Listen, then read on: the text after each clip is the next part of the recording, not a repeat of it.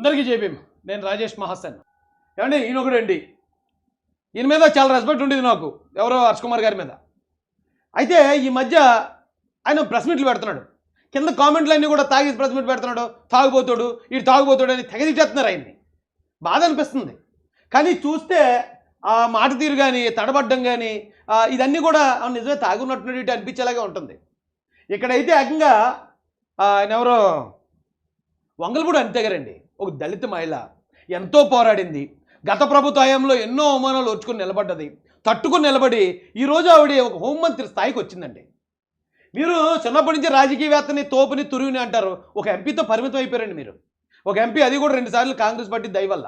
మళ్ళీ మీరు కాంగ్రెస్ పార్టీ లేకపోతే, ఓ పార్టీ లేకపోతే మీరు జీరో, వేళ మీరు జీరో.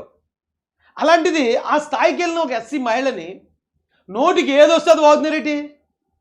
హర్ష్ కుమార్ గారు, మీరు కింద కామెంట్లు చూసుకోండి. వీడు బురదొప్పిందని ఒకడో, వీడు తాగుపోతాడని ఒకడో, వీడిని మెంటల్ హాస్పిటల్లో జాయిన్ చేయండి అని ఇంకొకడో. అమ్మ నా బూతులు తిడుతున్నారు మిమ్మల్ని. అయినా వాళ్ళు మీకు అసలు పట్టించుకోవట్లేదండి. మీరు ఏమంటారు చూడండి. ఈయన ఎవరు వెళ్లకుండా, చొరబాటుదారులు వెళ్లకుండా పెద్ద సెక్యూరిటీ ఉంటుంది, కానీ విరివిగా గంజాయి వ్యాపారం చేస్తాం. ఈ ప్రభుత్వంలో కదా, అన్ని ప్రభుత్వాల్లో కూడా గంజాయి జైల్స్ లో కొనసాగుతూనే ఉంటుంది.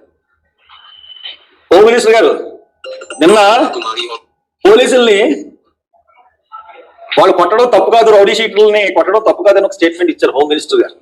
The great Anitha. ఏమండి ది గ్రేట్ అనిత అంట. అందుకేలా కింద కామెంట్లు అలా పెడుతున్నారు. అయినా ప్రెస్ మీడియా వాళ్ళు, మీడియా మిత్రులు ఆలోచించండి. మీరు మైకులు ఎవరి దగ్గర పెడుతున్నారో, ఏ కండిషన్లో ఉన్న వ్యక్తి దగ్గర పెడుతున్నారో, ఆ వ్యక్తి ఎలాంటి మాటలు మాట్లాడతాడో సార్ ఆలోచించుకుని వెళ్ళండి ఓ ప్రెస్ మీట్లకి. చట్టం చదువుకోండి. మీరు ఏం చదువుకున్నారో, టీచర్ అమ్మ ఉద్యోగం చేస్తూ వచ్చినట్టుకున్నారు. చట్టం చదువుకోండి. పోలీసులకి కొట్టే అధికారం లేదు. పోలీసులు కేసు పెట్టి న్యాయస్థానానికి ఇస్తే న్యాయస్థానం శిక్ష చేస్తుంది. న్యాయస్థానంలో కూడా దెబ్బలు కొట్టే సంస్కృతి లేదు. జైల్లో చట్టం మీరు కూడా చూడండి ఒకసారి, బయట జరుగుతున్న వ్యవహారాలు కూడా చూడండి.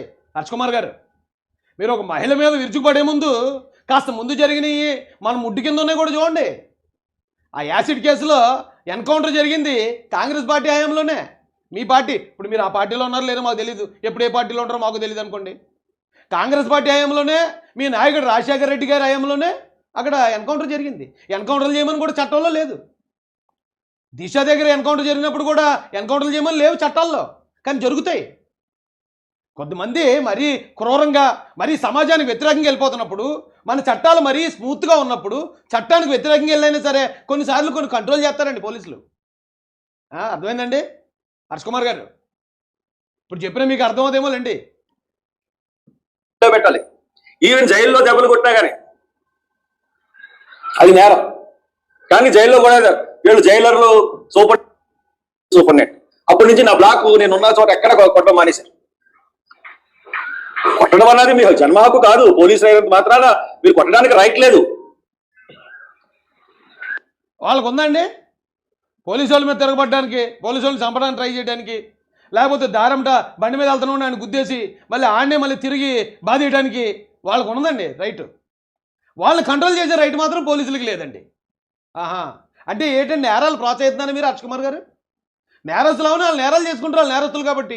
మీరు పోలీసులు కాబట్టి వాళ్ళని గౌరవించండి, వాళ్ళని తీసుకెళ్ళి జైల్లో పెట్టి వాళ్ళకి భోజనం పెట్టండి, వాళ్ళకి సమయానికి టీ ఇవ్వండి అని చెప్తున్నారా? ఏం మాట్లాడాలనుకున్నారు మీరు? అలా మీకు పని ఏంటండి? ఇప్పుడు ఈ రాష్ట్ర రాజకీయాలతో పని ఏంటి మీకు? మీకు ఏమైనా రాజకీయ పార్టీ ఉందా? లేదా మీరు ఎక్కడైనా పోటీ చేస్తున్నారా? లేదా మీకు ఏ రాజకీయ పార్టీలోనే మీరు చేరున్నారా? మీకు రాజకీయాల పని ఏంటండి? నాకు అర్థం కాదు. అప్పుడు ఆ పార్టీ ఉంటే ఆ పార్టీని తిడతారు, ఈ పార్టీ అధికారులు ఉంటే ఈ పార్టీని తిడతారు. మళ్ళీ ఏమనంటే నేను దళితుడిని, నేను మాలోడిని అంటారు. అంటే ఇప్పుడు మిమ్మల్ని చూసి మాలోళ్ళు మొత్తం అందరూ అన్ని పార్టీలు వెళ్ళేయాలా? నేను ఇప్పుడు చెప్తున్నానండి ఈ రాష్ట్ర ప్రజలకి, రాష్ట్రంలో ఉన్న పార్టీలకి, ఆయన మాటలకి ఆయనే బాధ్యుడు తప్ప ఆయన అనుకున్న కులాలను, ఆయన అనుకున్న మతాలను బాధ్యులు చేయకండి దయచేసి. నేను హృదయపూర్వకంగా రిక్వెస్ట్ చేస్తున్నాను. ఎందుకంటే ఆయన ఏం మాట్లాడో ఆయనకి అర్థం కావట్లేదు.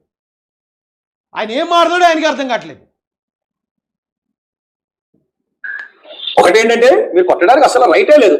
అటువంటిది హోమ్ మినిస్టర్ అయ్యి మీరు సమర్థిస్తున్నారంటే చట్టం చదువుకోండి, చట్టం తెలుసుకోండి, లేదంటే రాజీనామా చేయండి. ఎలా సమర్థిస్తారు మీరు? సిగ్గుండాలి, సమర్థించడానికి సిగ్గుండాలి. వాళ్ళు తప్పు చేయడానికి వాళ్ళు సిగ్గుండక్కర్లేదటండి. గంజా అమ్మడానికి సిగ్గుండక్కర్లే, దాడులు చేస్తున్నందుకు సిగ్గుండక్కర్లే, దొంగతనాలు చేస్తుంటే సిగ్గుండక్కర్లే, అలాంటి వాళ్ళని భయం చెప్తే సిగ్గుండాలట.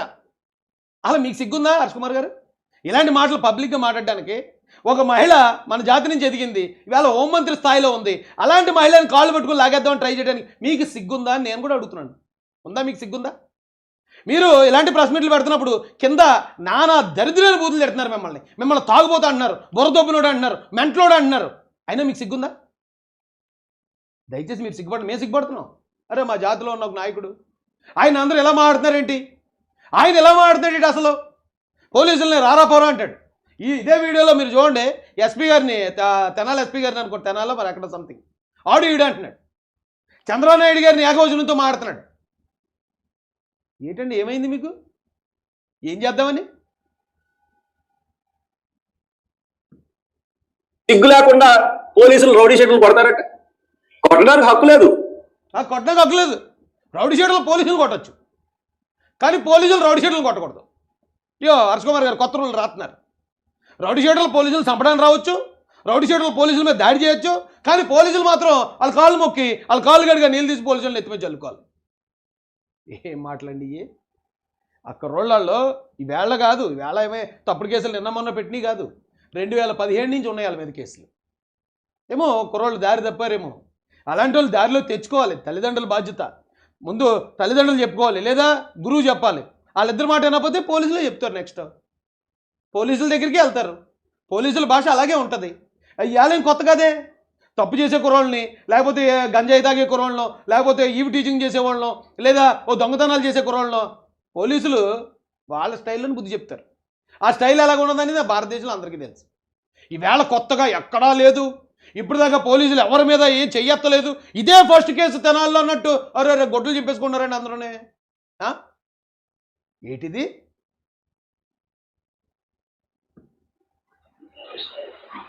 కొట్టారు, రౌడీ షీట్లు కొట్టారు అన్నారు. రౌడీ షీట్ ఎప్పుడు పెట్టారు? అంతకుముందు 25వ తారీఖున కోర్టుకి సబ్మిట్ చేశారు తెనాల్లో కోర్టుని ముద్దాయండి. ఇప్పుడు ఈ కుర్రోళ్ళ మీద ఎప్పటి నుంచి ఉన్నాయండి కేసులు? ఇదిగో 17లో కూడా ఉంది. స్టార్టింగ్ 17 నుంచి వీళ్ళ మీద కేసులు ఉన్నాయి. అంటే 17 అంటే అదొక 3, ఇదొక 5, 8 సంవత్సరాలు 9 సంవత్సరాల నుంచి వాళ్ళు చిన్న చితకా నేరాల్లో ఇన్వాల్వ్ అవుతున్నారు. వాళ్ళు రౌడీ షీట్ పెట్టాలనుకుంటే ఎప్పుడే పెట్టించు. వాళ్ళ మీద 2 కేసులు ఉంటే రౌడీ షీట్, నా మీద 2 కేసులు పెట్టినా మీరు రౌడీ షీట్ పెట్టించాడు జగన్ రెడ్డి. హైకోర్టు కొట్టేసింది. ఇదే రౌడీ షీట్ అయ్యా, ఇప్పుడు పెట్టిన కేసుల మీద అలా రౌడీ షీట్ ఓపెన్ చేస్తారని. వీళ్ళ మీద నిజంగా పోలీసులు పట్టుకుంటే 2017 నుంచి కేసులు ఉన్నాయి, ఎప్పుడో పెట్టి వీళ్ళు రౌడీ షీటు. పోలీసులు వాళ్ళ మీద జాలి పడ్డారు. అరే ఇంకా మారతారేమో అని అవకాశం ఇచ్చారు. అది ఇవ్వడం కూడా తప్పేనా హర్ష్ కుమార్ గారు?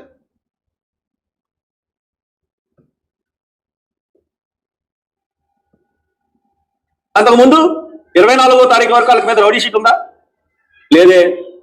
25వ తారీఖునే రౌడీ షీట్ ఓపెన్ చేసి 25వ తారీఖున కోర్టుకి రౌడీ షీట్ల కింద చూపించారు. కానీ జడ్జి వాళ్ళని తిరగకుండా బెయిల్ ఇచ్చాడు. ఎందుకు? వాళ్ళని కొట్టిన వీడియోలు చూసి ఇమ్మీడియట్ గా బెయిల్ ఇచ్చాడు. రౌడీ షీట్లను పెట్టారు, ఆ పెట్టారు, ఈ పెట్టేస్తారట.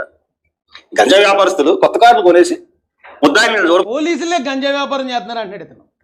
అంటే దిగజా మొత్తం ఆల్మోస్ట్ నన్ను ఎవడన్నా సరే అరెస్ట్ చేస్తే బాగుండు, నేను సీఎం తిట్టేస్తాను, పోలీసులు తిట్టేస్తాను, నన్ను అరెస్ట్ చేస్తే బాగుండు, కమాన్ నన్ను అరెస్ట్ చేయండి అని అరెస్ట్ చేయించుకోవడానికి ఎంత నీచమైన మాటలు మాట్లాడాలో అంత నీచమైన మాటలు మాట్లాడుతున్నాడు ఈయన. ఎంత దిగజారకూడదో అంత దిగజారుతున్నాడు. ఎస్పీని ఆడు ఈడు అంటాడు, ఐజీ గారిని ఆడు ఈడు అంటాడు, లేదా ఇంకొక డీజీపీని ఆడు ఈడు అంటున్నాడు.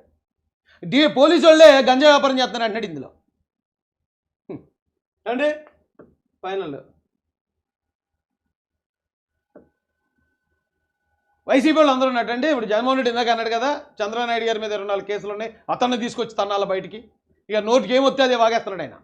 అలాగే వైసీపీలో ఈ వాసంశెట్టి సుభాష్ గారిని, ఆయన మీద కేసులు ఉన్నాయట, అప్పుడు ఆయన్ని కూడా తీసుకెళ్ళి తన్నాలి కదా, మరి ఆయన్ని కూడా కొట్టాలి కదా అని చెప్పి వైసీపీ సోషల్ మీడియా అంతాను. అరే ఒక బీసీ వర్గం నుంచి, ఒక సామాన్య వైసీపీ కార్యకర్త స్థాయి నుంచి ఈరోజు తెలుగుదేశం పార్టీలో రాష్ట్ర మంత్రి స్థాయికి ఎదిగాడైనా. మరి కొంచెం ప్రోత్సహించండి రా. కింద నుంచి వచ్చే అణగారిన వర్గాల నుంచి వచ్చే నాయకుల్ని కనీసం ప్రోత్సహించండి. ప్రోత్సహించకపోయిన వాళ్ళని నోరు మూసుకుని ఊరుకోండిరా. ఏంటి ఈయన మీద ఉన్నాయా కేసులు? జగన్మోహన్ రెడ్డి గారి మీద లేవా కేసులు? నేను జగన్ గారిని అడుగుతున్నాను, చంద్రబాబు నాయుడు గారిని తీసుకొచ్చేయాలా, లేకపోతే సుభాష్ గారిని తీసుకొచ్చి ఇచ్చేసేయాలి అంటున్నారు. మరి జగన్ గారి మీద ఎన్ని ఉన్నాయి కేసులు? జగన్ గారి మీద అఫిడవిట్లు ఇవి చూడండి, ఇవన్నీ క్రిమినల్ కేసులు ఇక్కడి నుంచి ఇక్కడ దాకా. ఇవి కాకుండా ఇక పెండింగ్లో ఉన్న కేసులట, మనం ఎంతసేపు తోస్తున్నా వస్తూనే ఉంటాయి. ఇవన్నీ పెండింగ్లో ఉన్న కేసులు. ఒకవేళ నిజంగా చంద్రబాబు నాయుడు గారు ఇలాంటి కక్ష సాధించాలి, లేకపోతే కేసులు ఉన్న వాళ్ళు తీసుకెళ్ళి కొట్టించాలంటే మరి ఫస్ట్ జగన్ గారిని కొట్టించేయాలి. కొట్టించారా? జగన్ గారి మీద అన్ని కేసులు 31 కేసులు పెట్టుకుని మరి మీరు వాసంశెట్టి సుభాష్ గారి మీద పడేడుతున్నారంటే ఏం బతుకురా మీది? ఒక ఎస్సీ కమ్యూనిటీ నుంచి ఎదిగి ఒక ఎమ్మెల్యే స్థాయికి వెళ్తున్నాడు రాజేష్ మహాసేన్ అన్నప్పుడు నా మీద పడేడ్చారు. ఓ బీసీ కమ్యూనిటీ నుంచి వేళ ఒక మంత్రి స్థాయిలో ఉన్నాడు, ఇంకా ఆయన భవిష్యత్తు బాగుండాలని కోరుకోవాలి తప్ప ఆయన మీద పడేడుతున్నారు. ఈ ఎస్సీ వర్గం నుంచి వచ్చి హోంమంత్రిగా ఎదిగిన ఒక మహిళ వంగల్పూడి అనిత ఆవిడ మీద ఏడుతున్నారు. ఏట్రా ఈ ఏడుపులు ఏడితే మీరు అనుకునే జరిగిపోతాయా? ఇప్పటికైనా మారండి.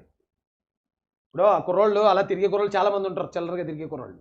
వాళ్ళని ఏమో ప్రయత్నం చేస్తారు పోలీసులు, అది తిట్టడానికి నయోనో భయోనో ఏదో చెప్పి వాళ్ళని మార్చడానికి ప్రయత్నం చేస్తారు, అంతేగాని అవన్నీ చంపేలేదు. ఇక్కడ గత ప్రభుత్వ హయాంలో చంపేస్తేనే దిక్కులేదు. ఒక్క నా కొడుకు మాట్లాడలేదు ఆ రోజు. ఈరోజు భయం చెప్పారు. భయం చెప్తే ఒకవేళ అది కూడా తప్పే అంటున్నాం మనం. పబ్లిక్గా అలా కొట్టకుండా ఉండాల్సిందని చెప్తున్నాం. కానీ దాన్ని పట్టుకుని ఏదో చెలవల పొలవలు వేసేసి మొత్తం ఇదైపోయింది అన్నట్టు ఏట్రా బాబు బిల్డప్ చెయ్యి అంటున్నారు జనం అందరూ. టూ అంటున్నారు. ఇప్పటికన్నా మారతారా మారరా మరి మీరు?